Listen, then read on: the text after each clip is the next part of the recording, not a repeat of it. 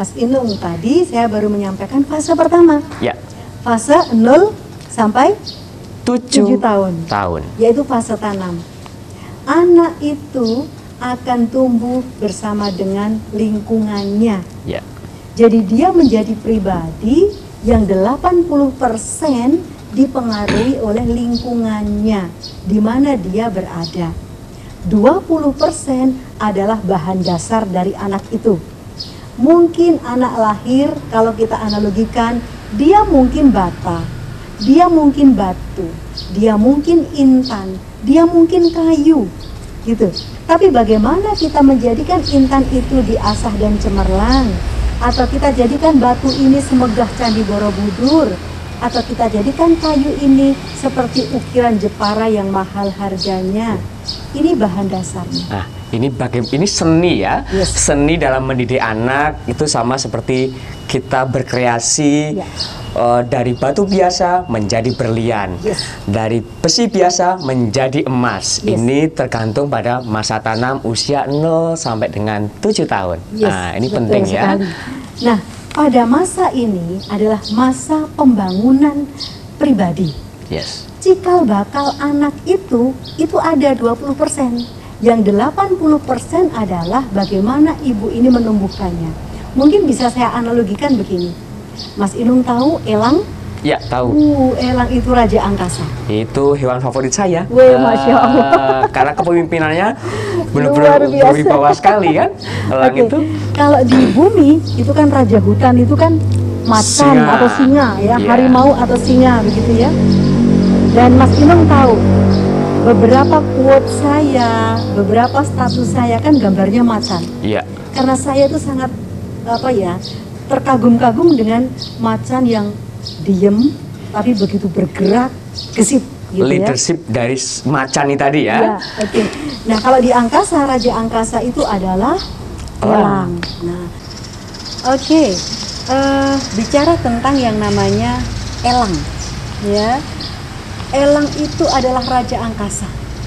Sayapnya sangat kuat, terbangnya tinggi, matanya tajam, paruhnya kuat, cakarnya juga. Nah, ini adalah gambaran sesuatu yang sangat luar biasa. Tetapi dikisahkan pada suatu hari ada orang yang membawa telur elang itu dimasukkan ke dalam, kalau dalam bahasa Jawa, petarangan Ya, ayam. petarangan ayam. Di mana ada induk ayam yang sedang mengerami telur-telur ayam lainnya. Jadi telur elang itu dierami oleh induk ayam. Ya. Sampailah suatu ketika telur-telur ayam yang lain menetas. Tidak berapa lama kemudian telur elang ini pun menetas. Kemudian elang bersama dengan anak ayam yang lain, dalam bahasa Jawa namanya kutruk, gitu ya. Betul. Anak elang bersama dengan anak ayam yang lain ini berjalan mengikuti induk ayam. Ketika anak ayam makan biji-bijian, makan cacing, elang ini pun juga ikut makan biji-bijian, ikut makan cacing.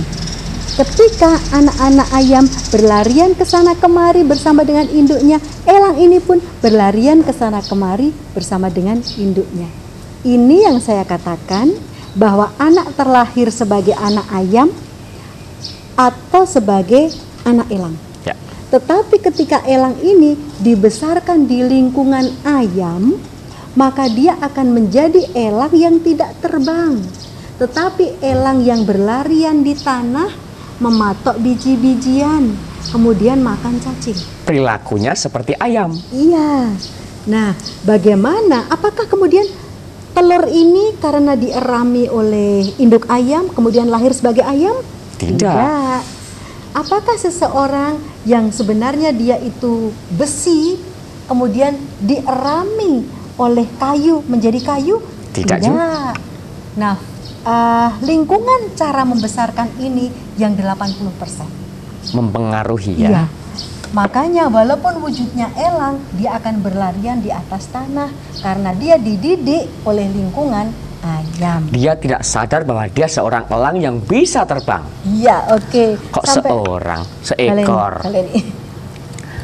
sehingga elang tersebut lupa bahwa dia seekor elang yang bisa terbang. Ya, tepat sekali. Inilah pentingnya lingkungan.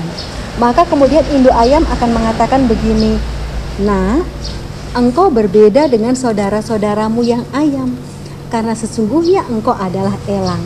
Coba nak berlatih terbang. Silahkan kamu terbang ke atas, karena engkau adalah elang." Nah, orang tua itu harus tahu ketika pada masa tanam itu, anak saya ini anak ayam atau anak elang. Apakah anak saya ini harimau atau ikan? Kan begitu. Ya.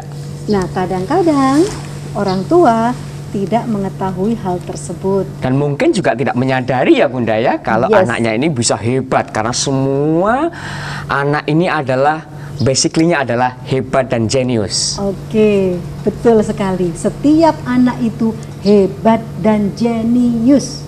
Setiap anak itu cerdas. Tapi sekarang orang tua itu mengatakan bahwa atau mengukur kecerdasan itu hanya dari IQ saja. Jadi orang diukur dari nilai rapot, Ya. dari nilai di sekolahan. Dia mengukurnya dengan IQ. Padahal kecerdasan kan banyak. Ada kecerdasan IQ, yes, ada kecerdasan emosional, ada kecerdasan linguistik, ada kecerdasan sosial. Jadi Kecerdasan spiritual. banyak sekali. Ada seorang, kebetulan kan saya dulu membina di Anak Jenius Indonesia. Ada orang tua yang kemudian konsultasi. Kalau di Anak Jenius Indonesia di Aji kan panggilannya Kak. Ya. Jadi saya dulu ketika di Aji panggilannya Kak Nana. Ya. Maka banyak sekali orang-orang yang sampai sekarang kadang masih manggil Kak Nana. Kak Nana. Gitu ya. Iya. Ini ada anak yang setiap pulang sekolah pasti langsung ngambil bola terus ke lapangan. Kemudian pulang sore hari, malamnya capek tidur. Kemudian sekolah lagi, pulang sekolah di sekolahan dia main bola, sampai di rumah ambil bola lagi. Sampai orang tuanya, aduh anak saya ini nilainya jadi kurang bagus, tapi main terus. Kalau dia ngambil bola, orang tuanya bilang, hei mau kemana? Ayo di rumah belajar dulu. Kemudian kita buka wawasan orang tua. Ya. Bahwa anak ibu, anak ayah ini memang punya kecerdasan kinestetik.